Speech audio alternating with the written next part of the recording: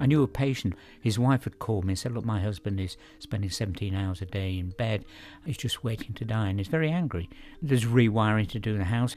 There's tiling in the bathroom and he's ashamed that he's dying and he's leaving it. I said, have you asked your consultant about this drug? And it wasn't available, only on a trial. But it turned out the drug company agreed to fund it because they wanted to see it working in Wales.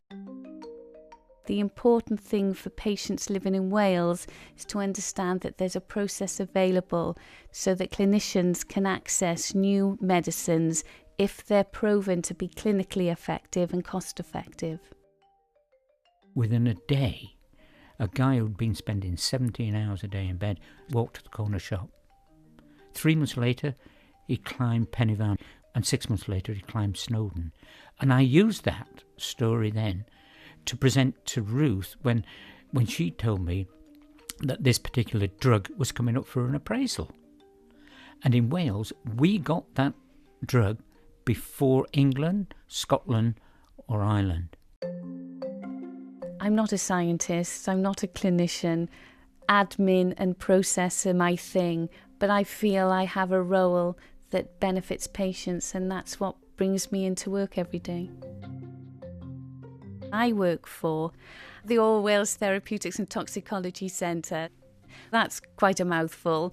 They provide professional support to AWMSG, the committee that advises the Minister for Health and Social Services on whether or not a medicine should be routinely funded within the NHS Wales. I'm a patient actually with metastatic prostate cancer, and I am the lay representative, which means that I get invited to comment on appraisals.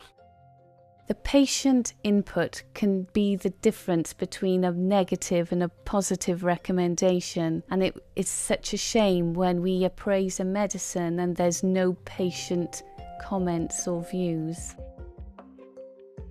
I know, for instance, with prostate cancer, there are 2 that are on the verge of getting approved. And I will be writing to Ruth and saying, please keep your eye on them and let me know if there's anything we can do as a patient group to actually push that forward.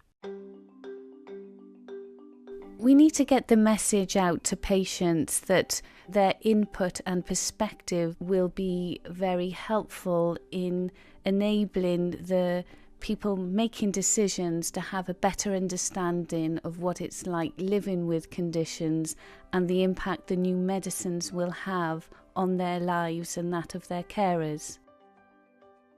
What I'd like you to do is to access the AWMSG website, click on the patient section, and if you have any questions, pick the phone up and I'll put you in the right direction.